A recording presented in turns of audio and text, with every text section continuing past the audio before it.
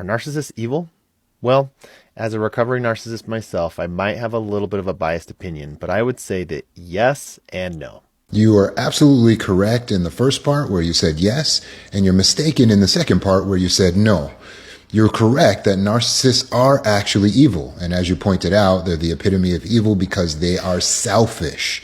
Them being selfish means they're self-centered to the point of prioritizing self over the well-being of others. They'll mow past the well-being of others to serve themselves. And yeah, that does make them evil, but I would add into that their capacity for cruelty due to their lack of empathy, their lack of accountability, and their gaslighting, which is dishonesty in its highest form.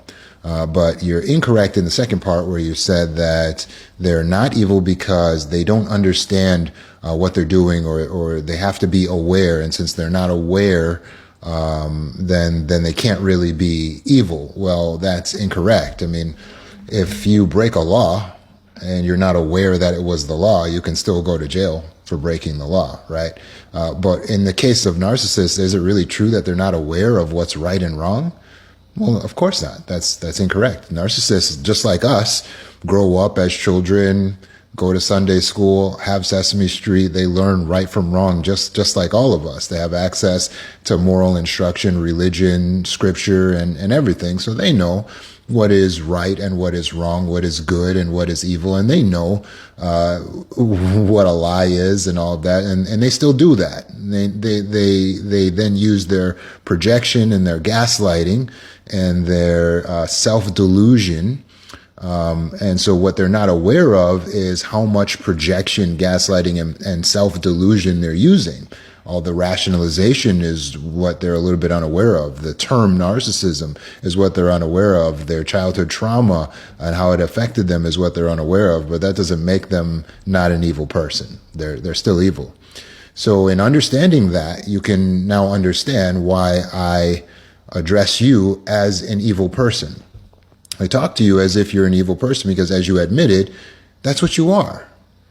And so, no, I will not be talking to you like you're a child, like you would instruct your followers to do, because I see something inherently wrong with your mission of teaching victims of narcissistic abuse that they could stick around in their relationship and maybe make it work, like your girlfriend did, by just treating you like they're your firm parent, loving but firm. That is, maybe it serves you well, maybe it serves other narcissists well, but that is very dangerous advice. And it's going to harm a lot of people who are listening to you. I know from your perspective, you're helping this subset of individuals who don't want to leave their abusive relationships, who want to stay, and it's not so easy for them because they have kids and houses and blah, blah, blah. But yeah, we know that people are enmeshed in these narcissistic relationships. We know that your fiance is enmeshed in her relationship with you, and it's not easy to leave a narcissist. But you and I both know this population of empaths aren't good at setting boundaries. They aren't good at enforcing the boundaries. And what you need to enforce boundaries is to walk away. And you know that. You need to be able to walk away. So telling them that you're empowering them to not walk away is gaslighting in its finest. They need to be able to walk away in order to set boundaries in the relationship. So telling them that they can stay is feeding the fever dream. You are feeding them exactly what they want to hear. As codependent, empathic people who have already put years into their relationships, we all would like to think and to believe that we can make it work with the narcissist, and the narcissist would like to believe that too. And many narcissists like you are willing to go as far as to admit that they're narcissists if it means that their partner is going to stay. But ultimately, encouraging abuse victims to stay with their abusers is dangerous. It's reckless. And it's going to harm people. Intimate partner violence is one of the main causes of death for women. And you're encouraging them, yeah, stick around with that guy that's showing you that lack of empathy, and maybe try to be nicer to him. Try. It's going to take years, but if you treat him like he's a child, and over years, and look, this worked for you, right? You've convinced your fiance to stick around for your recovery journey. And your fiance is highly empathic, extremely intelligent, and she's found a way to break through. But ultimately, what helped you to recognize your narcissism was when your first wife left you. Because that's what wakes up narcissists more than us sticking around and staying with them. And I'm sure you are grateful to your current fiance for sticking around. And she does not want to leave. She already put 15 years in her last relationship. She's got a few years invested in you. She's enmeshed. You guys are engaged. You might live together. You might have kids together. It's a whole enmeshment. She doesn't want to leave. So if there's any way to make this work, she's down for it. And so are you.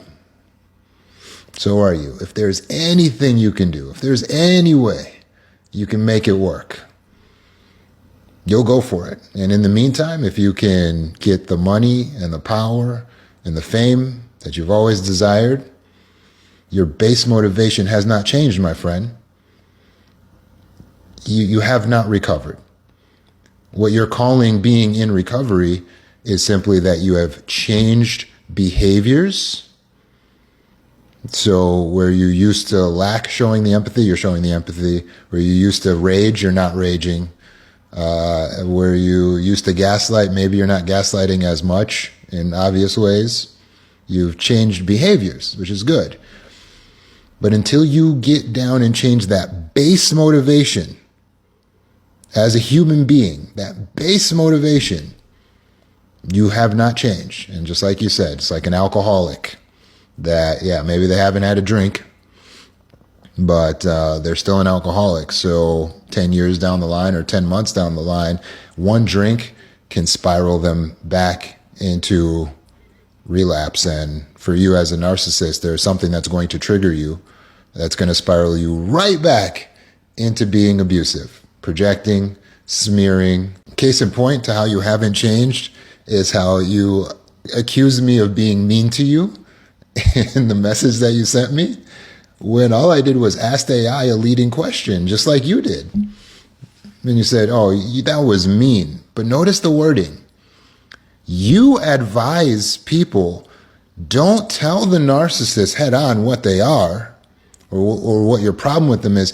Tell them how you feel. But look at you.